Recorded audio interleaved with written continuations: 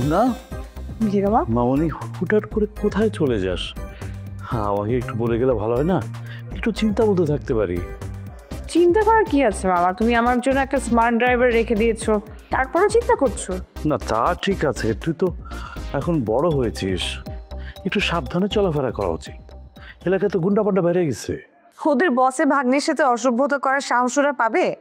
তোর কথার অর্থ আমি বুঝতে পারতেছি না। গুন্ডা পান্ডার বস কি? কেন?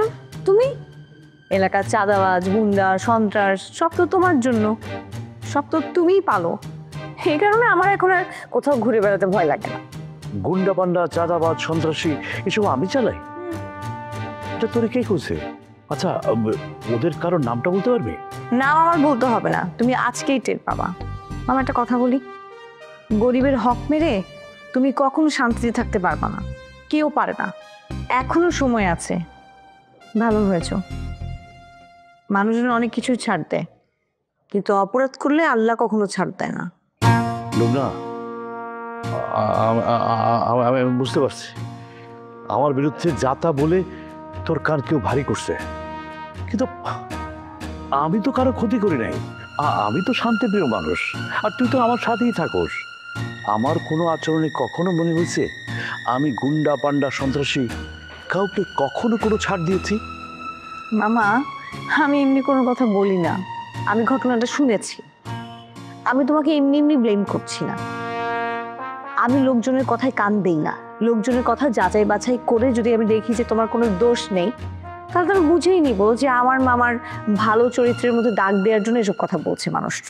আমার কেন বাড়ি আছে, আমার কেন গাড়ি আছে, এটা লোকজন দেখতে পারে না, এই কারণে ওদের হিংসা হয়। এই জন্যই লোকজন আমাকে দেখতে পারে না। মারে, এই কারণে ওরা আমার পিছনে লাগছে। মামা, কারা কারা তোমার পেছনে লেগেছে সেটার একটা তালিকা তৈরি করো। বন্ধু কয়জন সেটার তালিকা তৈরি করতে হবে না, শত্রু কয়জন সেটার তালিকা তৈরি করলেই চলবে, কারণ সেটা দেখার দরকার আছে। তালিকা অবশ্যই আছে। আমি বন্ধুর কথায় পাত্তা দিই না, কিন্তু শত্রুর কথায় পাত্তা দিই। কারণ বন্ধু আমার কোনো ক্ষতি করবে না, করতে পারবে না, কিন্তু শত্রু অবশ্যই আমার ক্ষতি করবে। শত্রু সব সময় চেষ্টা করবে আমাকে ঘায়েল করার জন্য। আচ্ছা মামা, বাদ দাও, তোমার এসব কথা ঠান্ডা মাথায় শুনবো। এখন উপরে যাই। তবে হ্যাঁ, তোমার যদি শত্রু থাকে তুমি প্লিজ একটু সাবধানে থাকবে। আমার জন্য চিন্তা করতে হবে না। তো নতুন ড্রাইভার গাড়ি কেমন চালায়? তোর সাথে কোনো বেয়াদবি করে না তো? বেয়াদবি করার সাহস সে পাবে? সেটা কখনোই পাবে না। গাড়ি খুব ভালো চালায়। আমার না মামা মাথায় আসে না, ও আগে ফুচকা বানাতো, এখন এত ভালো ড্রাইভিং কি করে পারে? ছেলেটা না অনেক বুদ্ধিমান, ওকে ঠিক ড্রাইভার মনে হয় না। ঠিক ধরেছো মামা। Okay bye. পাগল বে।